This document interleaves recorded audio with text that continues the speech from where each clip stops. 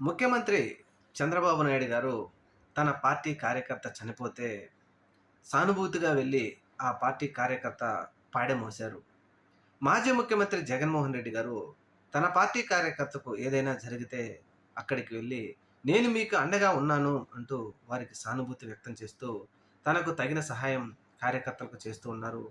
మరి ఆంధ్రప్రదేశ్ రాష్ట్రంలో కూటమిలో భాగస్వామిగా ఉన్నటువంటి జనసేన పార్టీ అధినేత పవన్ కళ్యాణ్ గారు తన పార్టీ కార్యకర్త శ్రీకాళహస్తిలో శ్రీనివాస్ అనే యువకుడు మరణిస్తే కనీసం సానుభూతి కూడా వ్యక్తం చేయకపోగా అతని మీద అవాకులు చెవాకులు అక్రమ సంబంధాలు అంటగడుతున్నారంటూ శ్రీనివాస్ చెల్లెలు విపరీతంగా బాధపడుతూ నాకు ఖచ్చితంగా పవన్ కళ్యాణ్ న్యాయం చేయాల్సిందే, మా కుటుంబానికి న్యాయం చేయవలసిందే, 10 సంవత్సరాల నుంచి మేము జనసేన పార్టీ కోసం కష్టపడ్డామంటూ ఆ చెల్లెమ్మ పవన్ కళ్యాణ్ గారిని ప్రశ్నిస్తూ ఉంది.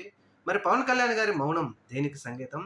ఖచ్చితంగా ఆ కార్యకర్తకు సానుభూతి తెలియవలసిన బాధ్యత జనసేన పార్టీ అధినేత మీద లేదా?